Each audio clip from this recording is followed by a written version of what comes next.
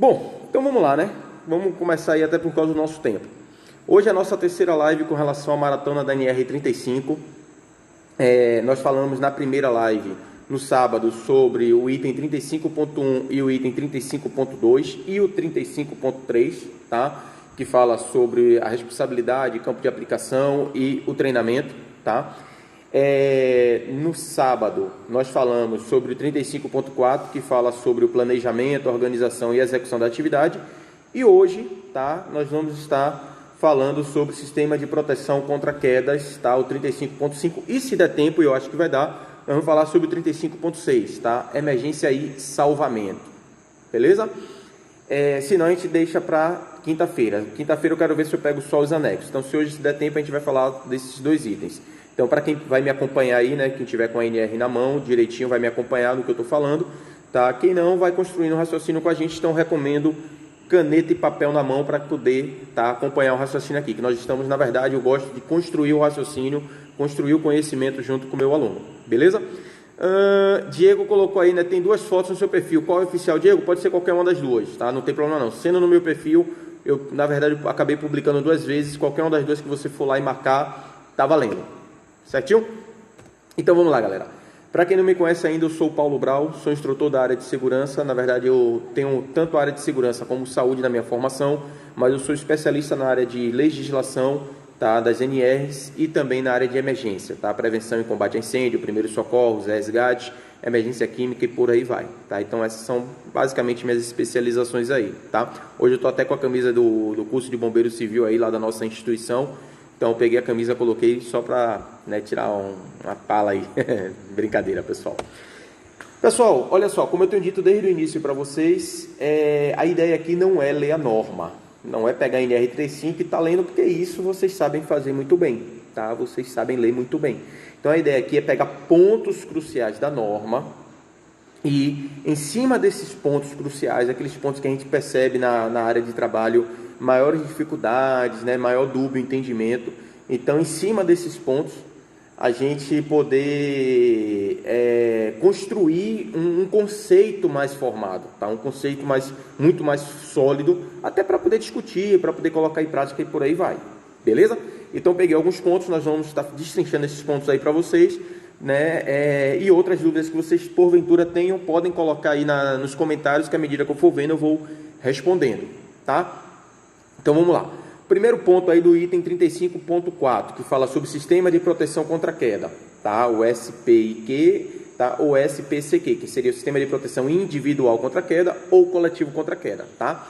Lá no item 35.4.1, ele já me diz logo o seguinte, ó: é obrigatória a utilização de sistema de proteção contra queda sempre que não for possível evitar o trabalho em altura.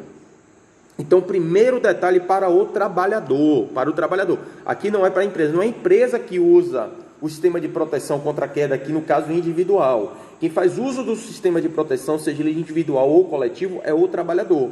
Então, o que fala aqui nesse item é obrigatória a utilização. Quem é que vai utilizar? O trabalhador. Então, não tem conversa. Todo trabalhador que for executar seu trabalho em altura, ele tem que estar utilizando o sistema de proteção. Seja esse sistema individual, que já nós vamos ver exemplos, ou coletivo, tá? Seja ele individual ou coletivo. O fato é, tem que ter proteção contra a queda para o trabalhador, tá? Sempre que não for possível evitar o trabalho em altura. Ou seja, subiu a partir de 2 metros, proteção para o trabalhador. Certinho? Vamos lá, 35.4.2. E aí agora a gente vai entrar na parte específica desse sistema de proteção, tá? Esse item ele diz pra gente: o sistema de proteção contra queda deve ser selecionado por profissional qualificado em segurança do trabalho. Aí agora é uma problemática. Por quê? Porque ele me diz o seguinte: quem deve fazer a seleção do sistema de proteção é o profissional de segurança do trabalho. Mas tem um detalhe: será que o meu técnico em segurança, ou até mesmo engenheiro em segurança do trabalho, ele tem conhecimento específico desses equipamentos, tá, de proteção? Por exemplo, do cinto de segurança.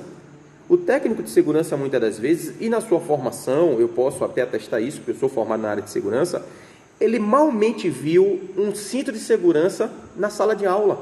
Ele não sabe vestir. Aliás, ele não sabe nem por onde começa a vestir. Lógico que aqui eu não estou generalizando todos os técnicos de segurança, tá, galera? Mas em sua grande maioria, muitos deles nunca aprenderam como vestir o cinto, como pôr o cinto, tá? E muitos deles que aprenderam de forma errada, tá? Eu que realizo o treinamento da NR35, eu ouço muito por aí que o cinto tem que ter 2 dedos de folga, que tem que passar a mão entre o cinto e o corpo da pessoa. São coisas erradas, tá? São coisas passadas que até hoje ainda se ensina. Tá? Ensina-se pôr o cinto primeiro por cima, depois a parte das pernas. Não. O cinto de segurança, ele inicia-se a pôr, a ajustar pela cintura. Depois pernas, por último a parte do tronco. Tá? Porque a parte mais importante do cinto, por assim dizer, é justamente a cadeirinha. É justamente a parte que vai segurar o trabalhador. É a cadeirinha, onde ele vai ficar sentado. Mas enfim, então eu particularmente não acredito que o melhor profissional para fazer a seleção de um sistema de proteção contra queda, e aqui a norma ela generaliza, tá? Quando ela fala sistema de proteção contra queda, ela não deixa claro se é individual ou coletivo, ela generaliza. Eu acredito que o melhor profissional não é o profissional da área de segurança. Ele pode até fazer a inspeção, tá? Junto com um profissional mais detalhista, que conheça mais, não detalhista, mas enfim, mas que conheça mais sobre o sistema de proteção. Então, eu deixo claro que nem todo técnico de segurança conhece, tem conhecimento profundo sobre o sistema de proteção contra queda. Então, isso é um erro, na minha visão da norma, atribuir ao profissional da área de segurança essa responsabilidade. Mas, se vocês me perguntarem, Paulo, quem é que tem que selecionar o sistema de proteção? Ou seja, vamos lá, quem é que tem que escolher qual cinto, qual talabarte, qual trava-queda, qual mosquetão, qual corda, qual cabo de aço, qual olhal, qual anel, qual estrutura? Tudo isso a gente está falando de sistema de proteção. Qual guarda-corpo? Quem é que deve selecionar isso? A norma diz que é o profissional da área de segurança, tá? Então, sim, isso é uma responsabilidade da área de segurança. Ir lá, verificar, selecionar, ver qual é o que está em melhor estado, ver qual é que mais se adequa para aquela atividade e oferecer isso ao trabalhador. Então, por aí vocês já começam a perceber que o técnico ele tem que ter esse conhecimento maior, ele tem que buscar a informação, tá, galera? Porque aí tem uma responsabilidade atribuída a esse profissional, tá? Nos dias de hoje eu digo claramente que ele não é o mais preparado para isso, mas a norma nos diz isso, certinho? Além disso, outros pontos aí que a gente tem que considerar, ó. Ter resistência, e aí galera, atenção para isso aqui, ó. Ter resistência para suportar a força máxima aplicável. Então eu entendo o seguinte, por que eu salientei aqui a força máxima aplicável? Eu não estou falando de peso máximo. Então quando a gente vai, por exemplo, escolher um cabo de aço, né, inspecionar esse cabo de aço e montar ele, sei lá, eu tenho que considerar lógica, a distância, diâmetro, tudo isso. Ok, estrutura, beleza, considerei tudo isso. E agora? Agora eu tenho que saber quantos trabalhadores eu pretendo colocar ali, tá? Um trabalhador nessa linha de vida, 2 trabalhadores, 3 trabalhadores, enfim. Uma média de peso desses trabalhadores, tá? Um pesa 100, outro pesa 80, outro pesa 110, outro pesa 70, beleza? Então, uma média de peso, fazer um cálculo para saber, em uma possível queda, com essa quantidade máxima de peso, tá? Um com 100, outro com 110, outro com 80, outro com 70, enfim, com essa quantidade máxima de peso, qual é a força que será aplicada naquela estrutura, tá? Então, uma coisa é peso, eu já sei o peso dos trabalhadores, outra coisa é força, aí eu vou ter que considerar a distância da queda, a aceleração nessa queda, a massa que eu tenho ali, tá? Considerar a gravidade, enfim, considerar uma série de fatores para poder fazer esse cálculo. E aí, lembrem, o responsável por escolher o sistema de proteção contra a queda é o técnico de segurança. Então, o técnico de segurança, ele tem que levar isso em consideração. Agora, será que o técnico de segurança vai saber realizar esses cálculos? Tá? Será que ele conhece sobre a questão de física? Ok? Então, ele vai, sei lá, o técnico de segurança vai selecionar um talabarte, ele vai selecionar o cinto de segurança, ele vai selecionar o cabo de aço ou a corda, enfim, a gente vai ver isso um pouco mais à frente, que vai servir de linha de vida e ainda saber se com o peso máximo ali, ele tem que entrar nesse detalhe, vai suportar aquele equipamento. Tá? Então é algo muito mais complexo do que simplesmente pegar o trabalhador e mandar ele se prender lá no cinto e prender na corda ou no cabo de aço. Isso é muito complexo, galera.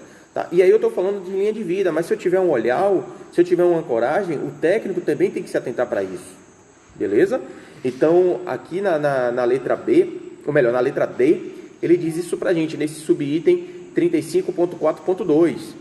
O local onde os trabalhadores vão se prender, onde eles vão ficar presos, ou seja, o sistema de proteção contra a queda, tem que ter resistência para suportar a força máxima aplicável. Entendam que força não é a mesma coisa que peso. Um belo exemplo que eu uso nos meus treinamentos aí para poder facilitar o entendimento. Qual é o peso de Mike Tyson? Beleza, não sei, mas vamos botar aí 110, 130 quilos, tá? Um exemplo. Qual é a força do murro de Mike Tyson? Então, peso é uma coisa, força é outra. Qual é o peso de um pitbull? Qual é a força da mordida desse pitbull? Tá? Então, força você considera aceleração, distância, massa, uma série de atributos para que você chegue em uma força final que vai ser aplicada na hora do impacto ali da queda daquele trabalhador ou daqueles trabalhadores. Certinho? Então, isso também tem que ser levado em consideração, tá, galera? Um outro detalhe, a letra E, ele fala para a gente também que o sistema de proteção tem que atender às normas técnicas nacionais ou, na ausência dela, normas internacionais. Então, também eu não posso pegar qualquer cabo de aço, eu não posso pegar qualquer ancoragem, eu não posso pegar qualquer tubo e dizer que é o meu sistema de ancoragem, meu sistema de proteção contra a queda. Um erro muito comum que a gente vê são pessoas fazendo guarda-corpo com um pedaço de madeira, com pallet. E ele diz, não, mas ali tem um guarda-corpo. Tá, mas esse pallet, esse guarda-corpo aí, ele está de acordo com as normas, ele foi certificado, tá? Ele atende às normas técnicas, tá? Será que ele vai aguentar se um trabalhador for projetado contra aquela madeira? Será que ela tem condições? Isso a gente vê muito em construção civil. Infelizmente é um celeiro para coisas erradas. Então não é simplesmente pegar ali um barbante e colocar como guarda-corpo e dizer, opa, beleza, tá aí. Tá? Não é simplesmente pegar qualquer cinto de segurança que eu comprei o mais barato no mercado aí e dizer, não, a gente vai ver isso um pouco mais à frente, tá? Eu preciso que esse meu sistema de proteção contra a queda para o trabalhador, ele atenda às normas técnicas nacionais ou, na sua ausência, normas técnicas internacionais. Então não pode ser qualquer um, tá? Não pode ser feito nas coxas, como a gente fala. Tá legal? E aí um outro item importante, que esse item ele envolve agora o fabricante, tá? Que ele me fala na letra F do subitem 35.4.2, ele me fala que todos os seus elementos, ou melhor, traduzindo aí pra gente, todos os elementos do sistema de proteção contra a queda têm que ser compatíveis e submetidos a uma sistemática de inspeção. Quando a gente fala assim, elementos compatíveis, o que significa compatível? Aqui ela não deixa claro para a gente, mas o que é que eu entendo como compatível? Porque a gente vai ver já um outro quesito de compatibilidade com relação ao mesmo fabricante. Aqui nesse caso não é isso. Quando a norma fala aqui em termos de compatível, ela está falando, eu não posso pegar um cabo de aço vou colocar como exemplo, só termo de entendimento. Eu não posso pegar um cabo de aço de 5 milímetros para a linha de vida e dar a esse trabalhador um trava-quedas, tá? Para cabo de aço de 8 milímetros. Não bate, é incompatível, tá? Ele não vai atuar, beleza? Então é isso que se fala de compatibilidade. Não adianta eu pegar um cinto de segurança, tá? Que suporta 100 quilos, tá? E dar para esse trabalhador um talabarte que só suporte 80 quilos. Não vai. Ok? Eu vou ter que seguir o menor. Então, aquilo ali existe uma incompatibilidade, porque são equipamentos acessórios ali, são os elementos, eles têm que ser compatíveis, tá? Então, um tem que estar em consonância com o outro. Se não for isso, não vai, beleza? Aqui eu ainda não estou falando de compatibilidade em termos de mesmo fabricante. Eu estou falando de compatibilidade em termos de qualidade, em termos de se encaixar, de serem unidos ali, serem perfeitos, beleza? Então, é isso que a gente está discutindo aqui, tá, galera?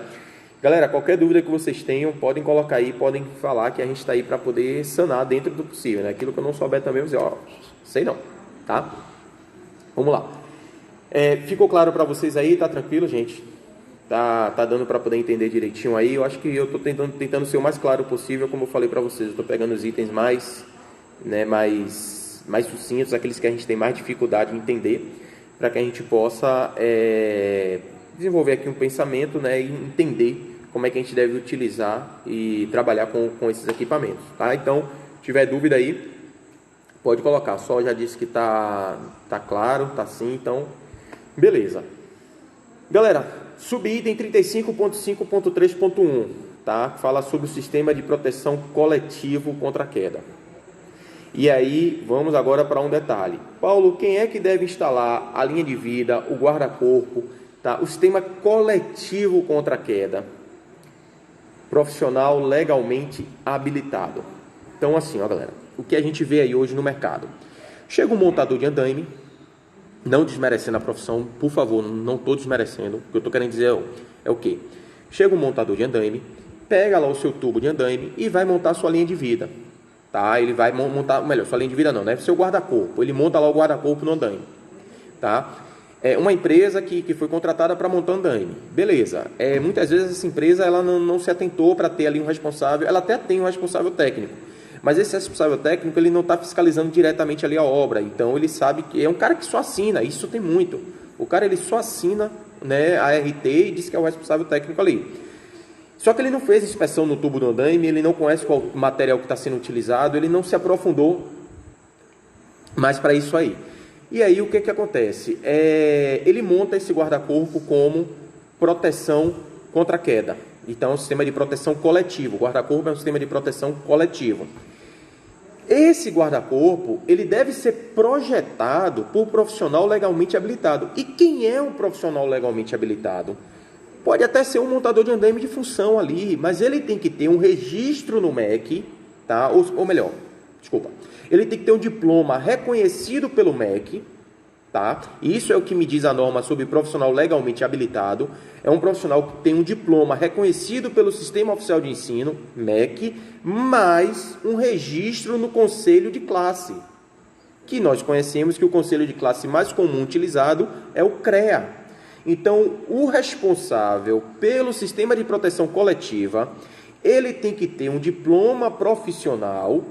Não me diz especificamente qual é a área, pode ser na área de engenharia, técnica, pode ser na área de construção, não importa, segurança não importa. Então ele tem que ter um registro, um diploma, mas ser registrado no seu órgão competente de classe. CREA, COFEM, COREM, CREMEB, enfim. O CREA é o que a gente mais utiliza aí para parte de construção, tá, galera? É o que é utilizado, beleza? Então, o que é que eu quero que vocês entendam? Eu não posso montar um sistema de proteção sem um profissional habilitado por trás, tá? Eu não posso começar uma construção, por exemplo, botar uma linha de vida, botar um guarda-corpo, botar uma proteção, uma rede de proteção e não ter ali um projeto feito por um profissional legalmente habilitado, beleza? Não pode qualquer pessoa chegar lá, mas eu já faço isso aqui há 30 anos, você pode fazer isso há 200 anos. Hoje a legislação diz que você tem que ter um profissional legalmente habilitado ali, ó, assinando aquilo ali. Beleza? Anne Almeida colocou aí, ó, qual o seu ponto de vista em relação a algumas práticas de TS em ancorar o cinto somente na plataforma elevatória e não ancorar numa linha de vida? Anne, deixa eu só entender melhor a sua pergunta. O que é que você me fala de plataforma elevatória? Você está me falando da PTA, plataforma de trabalho aéreo, muitos conhecem também como Lift, como JLG, ou você está me falando de uma plataforma fixa, né, ou de andaime que está ali, tá? Plataforma elevatória seria o quê? Seria o balancinho, tá? Enfim, esclarece só para mim qual é, que aí eu posso, porque sim, existe uma diferença com relação a isso aí, tá? E aí eu respondo a sua pergunta, beleza? Não estou fugindo não, só preciso entender se é PTA ou se é plataforma fixa, né, ou uma plataforma mais de andaime, por exemplo. Tá legal? Vamos lá. Seguindo, então, a NR diz, né, que os equipamentos de proteção individual devem ser, primeiro, certificado. Quando ela fala de certificado, ela também não deixa claro qual é essa certificação. Tá? Se tem que ter a questão do CA somente, ela é suficiente, ou se tem que ter o Inmetro, ou se tem que ter CE, ou se tem que ter o IAA, OSHA, NFPA, enfim. Um fato é, tem que ser certificado. Certificado em quê? Tá? Certificado no CA, junto ao Ministério do Trabalho e Emprego, né? Ou certificado em termos de qualidade, durabilidade, resistência, enfim. Então não deixa claro. O fato é, tem que ter um equipamento certificado, não pode ser aquele de fundo de quintal, tá, galera? A Anne colocou aí PTA. Anne, olha só. A PTA nós temos o anexo 18, o anexo 4 da NR18, quase confundo aqui, anexo 4 da NR18, tá? Que o anexo 4, ele foge um pouquinho da sua responsabilidade em dizer como isso deve ser executado. Porém, ele foge, o anexo 4 da NR18, ele foge de determinar, tá? Mas o que é que ele diz? Ele determina de outra maneira, ele diz o seguinte: o treinamento, a manutenção, a operação, são 5 itens, mas enfim, ou seja, tudo com relação a PTA tem que ser feito conforme a recomendação do fabricante. É isso que o anexo 4 da NR18 fala para a gente. Aí quando você vai observar o que o fabricante me diz com relação à utilização da PTA, a operação, o fabricante diz que na operação o trabalhador tem que estar preso na PTA. Acabou. Se o fabricante está dizendo isso, é o que a NR está validando. Beleza? É o que a NR está validando. Então, primeira parte da resposta da sua pergunta. Aonde o trabalhador deve se prender quando ele estiver em cima de uma plataforma de trabalho aéreo? Ele deve se prender na plataforma. Beleza? Deve se prender na plataforma. Ah, Paulo, mas por que essa informação? Primeiramente é para evitar o efeito catapulta. Tá? Aí só uma outra live para me adentrar mais na questão da PTA, porque hoje a gente está falando de outro tema. Mas enfim, como tem a ver com altura, é por isso que eu estou respondendo aí. Então, primeiramente, para evitar o efeito catapulta. Segundo, a gente tem a ideia que se a PTA tombar, a gente ficaria pendurado. Mas aí você entra em um outro problema, você entra no efeito suspensão inerte. Você entra no efeito do trabalhador estar preso em cima e embaixo, então numa área externa e na própria plataforma. E aí, nesse sentido, a plataforma tombando, ele serviria de cabo de guerra. Você entra no item, sei lá, do cara ficar pendurado ali horas. O fato é, eu devo me prender na plataforma, por quê? Porque é recomendação do fabricante. E essa recomendação, ela tem força de lei, uma vez que a NR cita isso. A NR18 cita isso no seu anexo 4. Beleza? Agora vamos para um detalhe. Paulo, mas aí o trabalhador não vai morrer? Não sei. Eu posso até dizer que sim. Por quê? Porque ele vai cair de 10 metros de altura, 15 metros de altura junto com a plataforma. Sim, ele pode cair, bater com a cabeça e morrer. Mas ele também pode cair e não morrer. Qual é o risco dele estar sem o cinto, preso em algum ponto, mesmo na área externa ou na própria plataforma? É nesse tombamento da plataforma, tá? Ele percebendo que ela está instável, que ela vai cair, ele procurar se jogar. E com isso ele ser esmagado pela plataforma, tá? E ter um trauma muito maior. É o mesmo princípio, se é que eu posso fazer uma comparação, mas é o mesmo princípio da empilhadeira. Se você está numa empilhadeira, você tem que usar o cinto, e se a empilhadeira vier a tombar, eu tenho que me segurar ali e tombar junto com a empilhadeira. Eu não posso me projetar para fora da empilhadeira, porque eu corro o risco de ser esmagado por ela, tá? Então, assim, agora eu acho que a sua pergunta foi qual é a minha opinião. Olha, pelo que eu entendo de PTA, pelos treinamentos que eu realizo com PTA e pela forma como eu já operei a PTA, eu posso ficar muito claro aqui em dizer, uma PTA, ela só vai tombar, ela só vai cair se não for realizado as maneiras devidas, tá? Se eu não conhecer da plataforma, se eu não conhecer da operação dela, porque eu tenho que conhecer, além da operação, eu também tenho que conhecer dos fatores que afetam a estabilidade, como, por exemplo, o vento, piso inadequado, e piso inadequado não é só piso fofo não, eu posso ter rampas, tá? Excesso de carga. Então, se eu não obedecer os critérios mínimos que eu devo obedecer ali, certamente ela vai tombar. Então, a segurança ela se faz assim, primeiro você tem que seguir as normas, ponto, acabou. Você seguindo as normas, Paulo, mas eu não concordo, você pode até não concordar, mas aí você tem que lutar para poder mostrar de uma maneira diferente, e não simplesmente eu não concordo, não vou fazer e tal. Então, assim, eu entendo que hoje, pela plataforma, ter essa exigência do anexo 4, da NR18, e ser uma recomendação do fabricante, eu tenho que seguir. A partir daí, se eu não concordar, eu tenho que tentar mudar isso. Eu, particularmente, concordo, tá? Eu acho que sim, o trabalhador tem que se prender ali na plataforma. Beleza? Vamos lá, vamos continuar aqui. Espero ter respondido, Anny, sua pergunta aí. Um beijo, obrigadão pela pergunta, tá? Então, como eu falei, né, os equipamentos de proteção individual, está lá na NR35, tá? Ele me disse que tem que ser certificados. Além disso, letra C, utilizado considerando os limites de uso. Limite de uso, galera, o que é que ele me diz aqui, ó, no seu subitem 35.4.5.1? Os equipamentos de proteção individual devem ser, letra C, utilizados considerando os limites de uso. Eu pensei uma coisa e falo outra. Cinto de segurança, talabarte, linha de vida. Bom, os equipamentos de proteção contra queda, 97% foram projetados para apenas uma queda. Ou, como dizem alguns fabricantes, salvar uma vida. Tá? Enfim. O que é limite de uso? Qual é o limite? Qual é a validade? Qual é o prazo máximo que eu posso usar esse equipamento? Salvar uma vida. Se você pega o equipamento hoje, novo, comprou, foi na área, fez sua inspeção, colocou o equipamento, subiu, escorregou, ficou pendurado, troca. Acabou. Ah, mas está novo. Troca. Limite de uso. O limite dele é uma queda. Acabou. E aí eu afirmo isso a vocês porque ele não está falando de peso. Esse limite aqui não está se referindo a peso. Peso é outro item, tá? Carga é outro item. Aqui está falando limite. Aí eu vou entender esse limite como até quando eu posso usar limite de uso. Qual é o limite de uso do equipamento? Aí eu tenho que ver a vida útil dele. E normalmente essa vida útil não é estabelecida por tempo.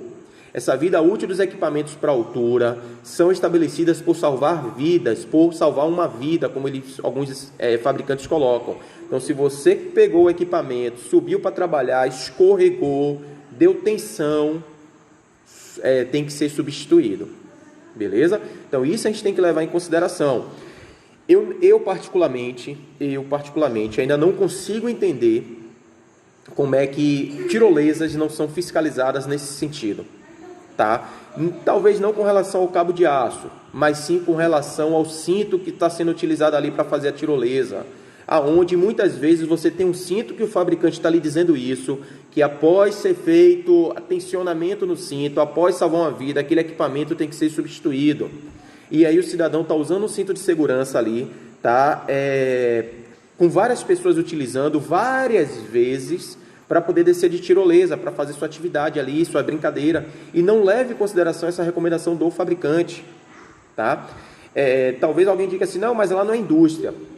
Tá, mas eu tenho uma legislação que me dá um norte com relação a isso, certo? Pode até não ser uma indústria, mas é uma empresa que está ganhando dinheiro com isso, então eu tenho que levar isso em consideração, tá? Se você faz isso na sua empresa, se você pega o cinto de segurança, por exemplo, e fica preso nele, fica sustentado nele, você está estragando com o cinto. Então, o cinto de segurança, o talabarte, eles foram feitos para salvar uma vida. Salvou uma vida, você deve fazer a substituição. Um ou outro fabricante fala em fazer a inspeção dele, mas a grande maioria fala em fazer substituição. Então, isso é limitação de uso. Ok? Lá na letra D, ele fala agora assim, ajustados ao peso e à altura do trabalhador. Então, assim, por mais que eu compre um cinto e lá esteja dizendo na etiqueta dele tamanho único, eu tenho que entender que ele pegou uma coisa genérica, mas eu tenho um trabalhador em termos de tamanho e peso, tá? E largura. Tenho um trabalhador com 1,60 m, tenho um trabalhador com 2 metros de altura, eu tenho um trabalhador com 60 kg e tenho um trabalhador com 100 kg, tá? Então, a informação que eu preciso em termos de peso é qual é o peso máximo que eu devo colocar aqui nesse EPI. E normalmente a legislação também deixa isso claro, o peso tem que ser peso combinado, o fabricante tem que deixar isso claro para mim. Qual é o peso combinado, ou seja, peso do trabalhador mais EPI que ele está usando como farda, bota, capacete, luva, óculos, mais ferramentas que porventura eles estejam levando. Então se ele me põe lá peso combinado de 100 quilos, e a maioria dos cintos são para 100 quilos, tá? Se ele me põe lá isso, peso combinado de 100 quilos, eu tenho que entender que o peso do trabalhador não pode ser de 100. O peso do trabalhador vai ser o quê? 90, 95, tá? E o que sobra aí, tá? Essa sobra é, na verdade, o restante do material que ele vai estar usando. Então, o fardamento dele, ele vai estar usando ali o EPI dele, ele vai estar usando ferramentas, e isso eu vou dar um peso combinado. Beleza, galera? Agora, se vocês me perguntarem, professor, qual é o peso máximo de um cinto? Normalmente 100 quilos. 95% de cintos hoje no mercado são para suportar um peso máximo de 100 quilos. E aí eu tenho que levar em consideração. Existem cintos que suportam mais do que 100 quilos? Existem. Mas o preço é diferenciado, o modelo é diferenciado, e eu tenho que buscar isso no mercado se eu tiver um trabalhador na minha unidade acima dos 100 quilos. Tá? Vamos lá. Subitem 35.5.5.1.1, tá? Fala agora do fabricante e do fornecedor.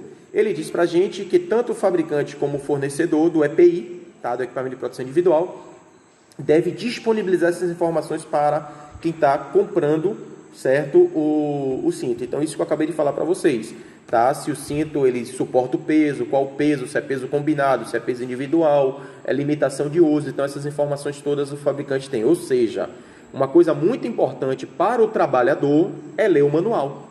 Então, quando eu entrego o cinto para o trabalhador, ele tem que ter um manual e ele dá uma lida nesse manual.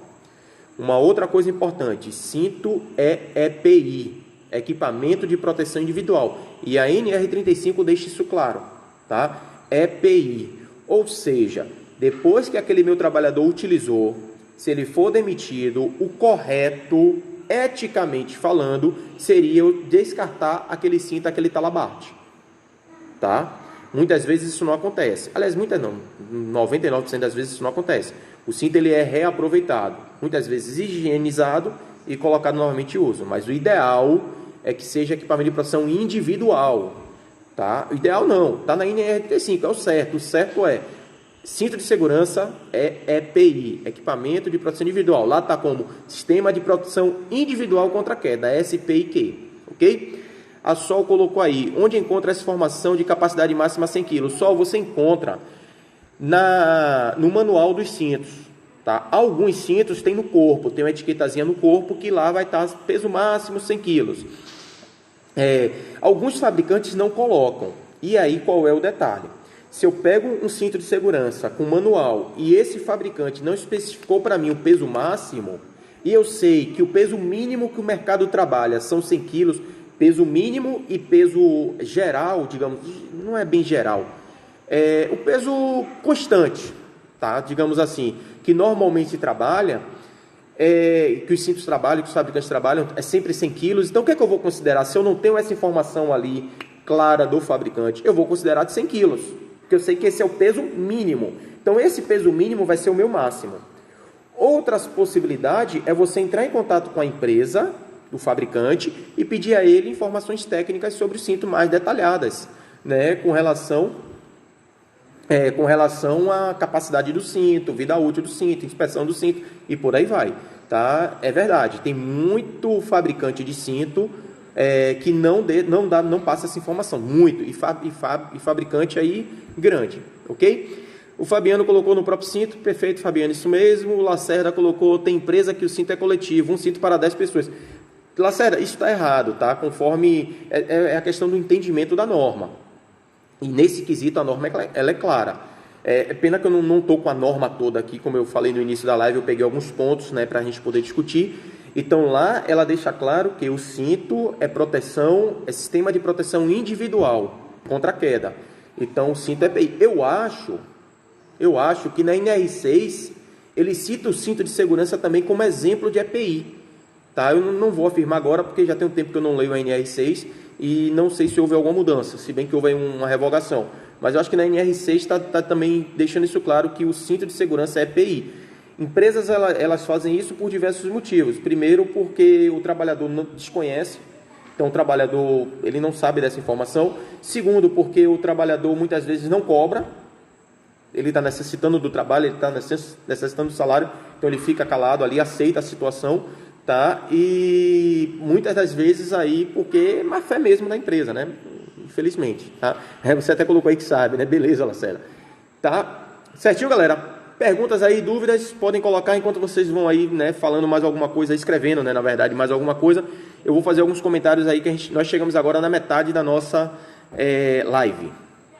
Tá? Então, enquanto vocês colocam aí alguma dúvida que vocês tenham, se algo não ficou claro, para a gente poder discutir. Nós estamos discutindo aqui a NR35, maratona da NR35, essa é a terceira live, tá? Todas as nossas lives que nós estamos fazendo, Vou falar todas não, porque algumas eu perdi. Mas muita live que nós fizemos aí nesses dias, eu coloquei lá no canal do YouTube. Quem não me segue ainda lá no canal do YouTube, vai lá, tô precisando dessa força, a gente só tá com 65 inscritos, vai lá, galera. Instrutor Paulo Brau, tá? Coloca lá, vocês vão ver logo vídeos nossos lá, muito material nosso lá no YouTube, que a gente está colocando aí, enriquecendo lá o canal. Nossos cursos também na área de saúde e segurança, eles já estão na modalidade online, tá? Então nós já estamos aí com as NRs na modalidade online. Particularmente está muito melhor do que a presencial, e olha que sou eu que faço também a presencial e sou eu que faço a online. Então eu estou colocando muito material, está muito rico lá, material para vocês baixarem. Quem tiver interesse aí, entre em contato comigo, tá? Que eu estou disponibilizando, lógico, tem um custo, eu vivo de treinamentos, então quem tiver interesse, entre em contato comigo aí, tá legal? Agradecer ao Centro de Treinamento Certo aí pelo nosso sorteio que nós vamos fazer na quinta-feira. Quem ainda não está participando do sorteio, só basta fazer 3 coisas. Primeiro, seguir a gente aí no Instagram. Segundo, marcar 5 amigos na foto oficial lá, tem 2 fotos, pode ser qualquer uma das 2, do capacete. E terceiro, compartilhar nos seus stories marcando a gente. Tem muita gente aí que está seguindo a gente, marcando os amigos, mas não está compartilhando nos stories. Se não estiver compartilhando, a gente está sendo criterioso, tá? Não vai poder participar do sorteio, tá, galera? Então, atenta aí para quem já marcou, vai lá no story e faz o compartilhamento da foto do sorteio marcando a gente, ok? E Artecia Oficial também, tá? Artecia Oficial é nossa parceira aí, tá? Vai falar com vocês aí já. Nossa parceira, quem não comprou o presente da mamãe, tá aí, ó. Segue lá, Artecia Oficial 1, beleza? Muito material bom, muito material em barro aí que tem de panela a mandala, conjunto para planta, tudo que vocês imaginarem. Vai lá no Artecia Oficial, no Instagram deles, dá uma olhada, que é muito legal, beleza? Deixa eu ver agora aí as perguntas. Kelly colocou: no caso de escolas de formação, que eu sinto é coletivo. Kelly, isso é um risco muito grande, tá? Eu entendo que para a escola poder também colocar um cinto para cada aluno, ela tem que cobrar um valor muito mais caro que ninguém quer pagar. Então, o que é que acontece com essas escolas? Elas colocam um cinto coletivo, porém, ela tem um critério, deve ter, tá? Tem que ter um critério muito maior de inspeção, porque o próprio fabricante ele deixa isso claro. Após salvar uma vida, você pode fazer uma inspeção com um profissional técnico habilitado e ele revalidar esse equipamento, beleza? A maioria manda descartar, mas boa parte manda você, manda não, né? Dá a possibilidade de você fazer a inspeção novamente no cinto, tá? A escola de formação, ela não é nem tão problemática, Kelly. O grande problema, na verdade, vamos lá, a tirolesa que nós temos ali em Salvador, a tirolesa que nós tínhamos ali em Dias Dávila, a tirolesa que nós temos lá em Morro de São Paulo, tá? Que muita gente vai, pessoas às vezes até acima do peso, da capacidade do cinto, e recebem uma atenção, e aquele cinto molha, é guardado de um dia para o outro molhado, intempéries, e é colocado novamente. Então eu acredito que a escola de formação tem um critério muito maior de inspeção, de seleção, de troca constantemente desse EPI, e por aí vai. Então a preocupação talvez não seja nem com escola, a maior preocupação mais é com brinquedos e outras coisas mais, tá? Lacerda, carga estática de 2.268 kg no mínimo, perfeito. Aí a gente estava falando sobre a carga de ruptura dele, né? Ou se não for carga de ruptura, também pode ser carga estática, mas aí nem de todo sim. Então não sei se alguém fez uma outra pergunta aí, eu não vi, e o Lacerda está complementando, mas sim, eu tenho equipamentos que suportam 3.000 kg, 5.000 kg, né? Cintas, por exemplo, né? Para ancoragem, que suporta muito também. Tá? SSMA está dando boa explicação. Opa, obrigado, parceiro. Deixa eu ver aqui o que mais. Deixa com nós, amigo. Deixa com nós, deve ser nós de dar nó. Olha, não pode dar nó também não, tá? Você não pode dar nó, nem cinto, nem linha de vida, não pode. Na verdade, você reduz a resistência naquele ponto. Em média, um nó reduz em 15 a 20% a resistência do equipamento naquele ponto. Então, se ele suportava, vamos botar aí um exemplo, 100 quilos, tá, de resistência, ele agora só vai suportar 80, 85, por aí. Tá? Então, nó, se for nó que você está falando aí, eu não sei se está conversando com outra pessoa, aí nos comentários, mas se for nó, não pode não. Beleza, depois eu vou colocar assim, tá? A indicação fixa no canal. Beleza, cintos com indicadores de carga, sim, perfeito. Beleza? Então, vamos lá. Vamos continuar aí que o nosso tempo é curto e o assunto é muito, né? SMA na prática colocou, SMS, né? Na prática colocou, posso utilizar talabarte com cinto de marca diferente? Vou chegar nesse ponto.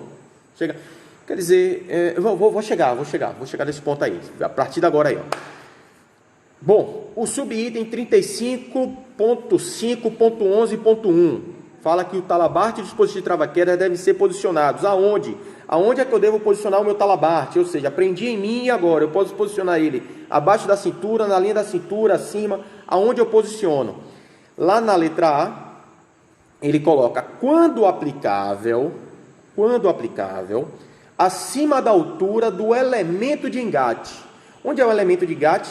Aqui em mim, tá? Para a retenção da queda do equipamento de proteção individual. E aí, ó, como ela fala, quando aplicável. Mais cedo aí nós falamos da PTA. A PTA, o ponto de ancoragem da PTA está abaixo da linha da cintura, muitas das vezes, do trabalhador. Então, no caso da PTA, eu vou prender o talabarte naquela posição um pouco mais abaixo ali no guarda-corpo. Beleza. Mas, em qualquer outra atividade, ele tem que estar acima do ponto de ancoragem. Então, se eu estou prendendo aqui no tórax ou nas costas, o talabarte ele tem que estar preso sempre acima desse nível. Tá? Acima do ponto de engate. O engate foi aqui, o outro ponto tem que estar acima dele. Isso porque eu vou considerar o fator de queda. O fator de queda para a gente tem que ser sempre 0. Tá? No máximo 1, mas sempre de preferência 0. Eu não posso ter o fator de queda 2. Em outra live eu falo sobre o fator de queda, tá, galera? No item 35.5.6.1, tá? Fala que antes do início das atividades tem que fazer uma inspeção rotineira dos elementos, ou seja, checklist. Isso muitas vezes o trabalhador não faz. Aí vamos falar agora do trabalhador. O trabalhador pega o cinto dele, tem lá a linha de ancoragem, a gente está falando muito de cinto, né?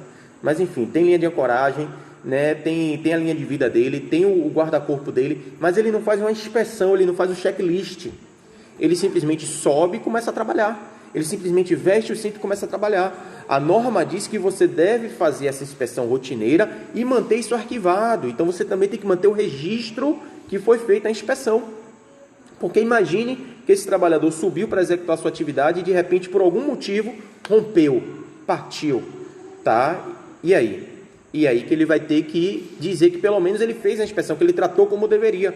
Certo? Ou a empresa vai ter que ter esse registro até para ela se cobrir. Então, sim, eu tenho que fazer o checklist do meu sistema de ancoragem, do meu sistema de proteção contra queda, tá? Eu tenho que fazer o checklist do sistema de proteção contra queda e manter isso registrado, isso arquivado. Beleza? Não posso deixar ao léu, não. Tá? Lá no 35.5.6.3, ele fala que todos os elementos de proteção contra queda que apresentarem defeitos, degradação, deformações ou sofrer impactos de queda, né, devem ser descartados, tá? Inutilizados, ou se tiver norma técnica para isso, você pode fazer a sua inspeção novamente nele. Foi isso que nós comentamos um pouco mais cedo. Então, se você me perguntar, Paulo, onde é que está dizendo que se o cinto receber uma tensão, devo trocar? Primeiro, o fabricante. O fabricante ele já traz isso na sua recomendação lá do manual. Mas, se você não tiver acesso mais ao manual do fabricante, a norma diz isso. Aonde? No subitem 35.5.6.1. Tá? Ou melhor, ponto 6.3, desculpa. Ponto 35.5.6.3. Ela deixa isso claro. Que você deve fazer a substituição, tá? Ou a inspeção, tá? Restauração, sempre que você perceber degradação, deformação ou que ele sofra impacto de queda. Impacto de queda é simples. Escorregou, ficou pendurado, você deve fazer ou a substituição desse equipamento ou fazer a inspeção dele. Então, a norma também deixa isso claro. Beleza?